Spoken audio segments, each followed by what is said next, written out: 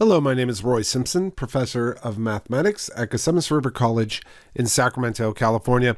And in this video in differential calculus, we're going to talk about how to optimize problems using calculus. And what I mean by optimizing problems is that this is actually a very common style of problem that you're going to face either in business or in science, where you want to possibly, let me use a different pen color. Maybe you want to maximize. Right? You want to maximize, what are things you can maximize? Profit, right? You want to maximize some type of result, and that result could be the productivity, right? So productivity could be something like that. You want to maximize productivity.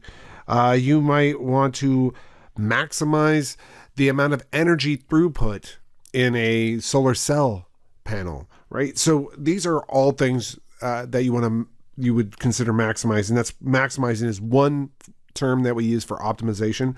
Also, another term we use for optimization is to minimize. So if you want to minimize something, you might want to minimize, let's say, cost if you're in a business. You might want to minimize number of complaints, right? So let's say that you are a manager, and for a business, you want to minimize the number of complaints. Or you may want to minimize the amount of friction in some type of maybe energy delivery system, right? There's a lot of different things you can optimize, and that's really kind of the name of the game in science and in business, is to get the biggest bang for your buck, or to eke out the most productivity for the least amount of interaction, whatever it may be.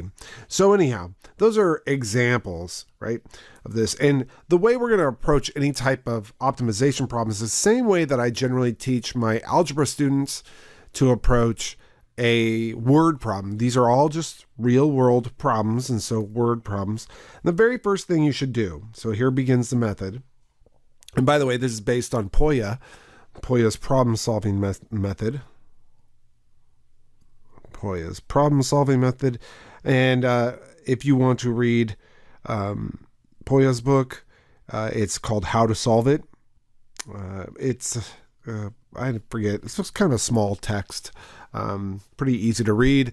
However, I'm just summarizing some tactics from that text. All right, so the first thing you should do, this is going to seem kind of basic. You should read the problem. Just read through it. You can't get anywhere if you don't read it. So this is kind of just a way to easily say you've done something, right? I've read the problem. Next thing you should try to do is create a level of understanding that you can sync with, that you can embrace. So create a level of understanding for you. And so what that means is that you're going to try to reinterpret the problem so that it makes sense to you. And often some tactics here are to either reword the problem in such a way that maybe it makes more sense to you, maybe using completely different scenario, but the same number, same activity, or drawing. That's kind of the tactic we're going to use in this course. That's what you're going to end up doing. Maybe actually talking to somebody about it. Like, what do they mean by this, right? So just get a level of understanding. Okay. The next thing that you want to do after you really have nailed down this level of understanding, and which means that you've probably drawn something for it, but if drawing is unnecessary, then at least you've reworded it. You want to label any type of unknown. And sometimes you also want to label the knowns as well. But yeah, label any unknown things that are unknown but important. Obviously, if you're trying to maximize your profits for some business, it's true, you don't know how many pizzas I ate, but the number of pizzas I just ate doesn't have anything to do with your business. So there's there's an infinite number of unknowns. Just think about the unknowns that are relevant to your situation. And let's see, this specifically, any unknown, you might want to really focus on specifically, I'll write here, specifically, the unknown. Oops, that's not how you spell specific, right? Specifically, the unknown to be optimized, right? So if you're trying to be, or to optimize profit, then let P equal profit, right? So that's kind of important. Let's see. After you do that, you're going to create some type of equation. And again, like if this was an algebra class, I would tell my students pretty much the same thing. First 3 steps: read the problem, create a level of understanding, reword the problem, draw a picture, try to really grasp the problem, label unknowns that are in the problem so that you can kind of start working with that, assign variables to knowns even sometimes works out. And then the 4th step in all word problems is to create some type of equation. And I always call this a master equation. It's a dominant equation for the situation. So create a master equation. And this is just to create an equation involving the unknown to be optimized. The unknown to be optimized.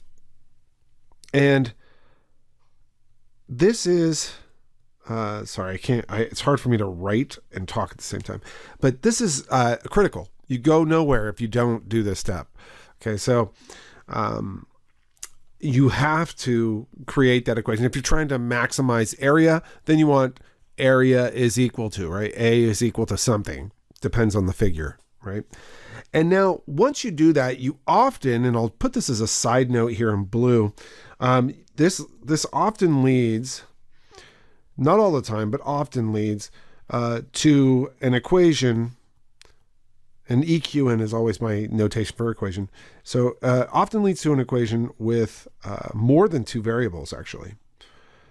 And the reality is we would like to create some type of relationship between only 2 variables, not 3, 4, or 5 variables. So we need to reduce this equation down to just a relationship between 2 variables, not 3 or 4 or 5 or whatever. So the 5th step is, and you only need this step honestly if your master equation involves more than 2 variables. So maybe I should put that in here. If the master equation, that's ME, has more than 2 variables, then what we're going to do is find a relating equation. Okay, so find relating equation, something that reduces this down to less than or to only 2 variables. So find a relating equation, which, by the way, relating equation I just do RE for. As to reduce down to 2 variables. And you'll see this in examples that I do. And then finally, notice I haven't said anything about calculus in this instruction guide. But finally, what you're going to do here is you're going to, once you make that relating equation work and substitute that back into your master equation, you're going to use calculus and on your master equation. So maybe I should write that, use calculus, and in parentheses on master equation, not on me, but on the master equation, to find the absolute max or min, just depends on what you're looking for. And you should already know how to find an absolute maximum or an absolute minimum for a function given a function. So that is just using something that you should already know how to do. So this is the tactic for all the optimization problems you'll see in a calculus course. Main thing is in many ways, the 2 hardest steps would be step 4 and step 5, which are the master equation step and the relating equation steps. So if you want to, please look at the next video in the sequence here and see what I mean by kind of tackling those problems using this method. All right. Have a great day.